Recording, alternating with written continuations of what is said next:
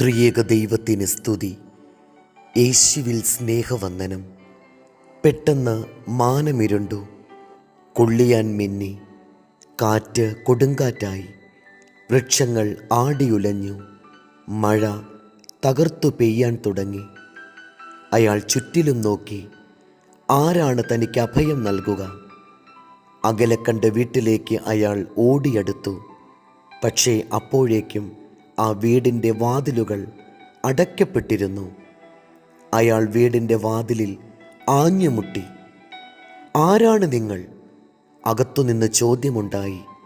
അയാൾ തൻ്റെ പേര് പറഞ്ഞു. അപ്പോൾ അകത്തുനിന്ന് മറുപടി വന്നു, നീതിയുടെ ഭവനമാണിത്. ഇവിടെ നിന്ന് നിങ്ങൾ ഒന്നും അർഹിക്കുന്നില്ല. വേഗം അടുത്ത വീട്ടിലേക്ക് പോകൂ. അയാൾ അടുത്ത വീട്ടിലേക്ക് ഓടി.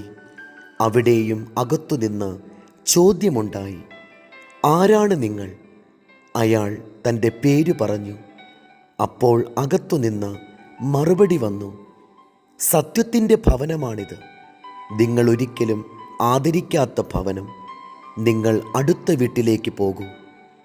അപ്പോഴേക്കും കനത്ത അന്ധകാരം വ്യാപിച്ചു കഴിഞ്ഞിരുന്നു.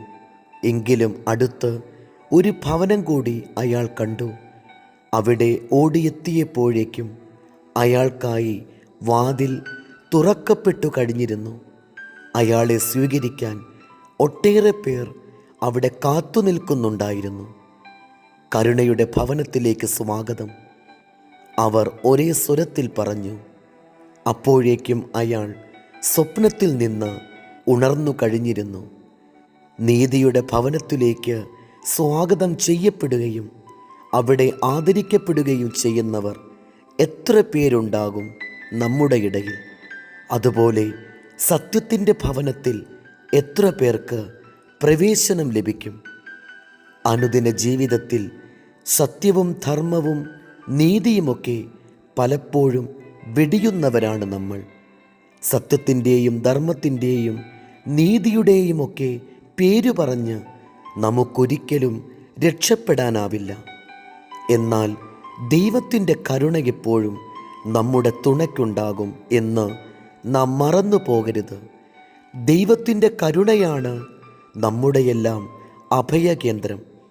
ആ അഭയകേന്ദ്രത്തിലേക്ക് ഓടിയടുക്കുന്നതിനിടയിൽ നാം കരുണയുള്ളവരാണെന്ന് ഉറപ്പുവരുത്തണം. മത്തായി 5:7. കരുണയുള്ളവർ ഭാഗ്യവാന്മാർ, അവർക്ക് കരുണ ലഭിക്കും. ദൈവം നമ്മെ അനുഗ്രഹിക്കട്ടെ. കർത്താവിൽ എളിയ ശുശ്രൂഷകൻ ഈരാളിലച്ചൻ.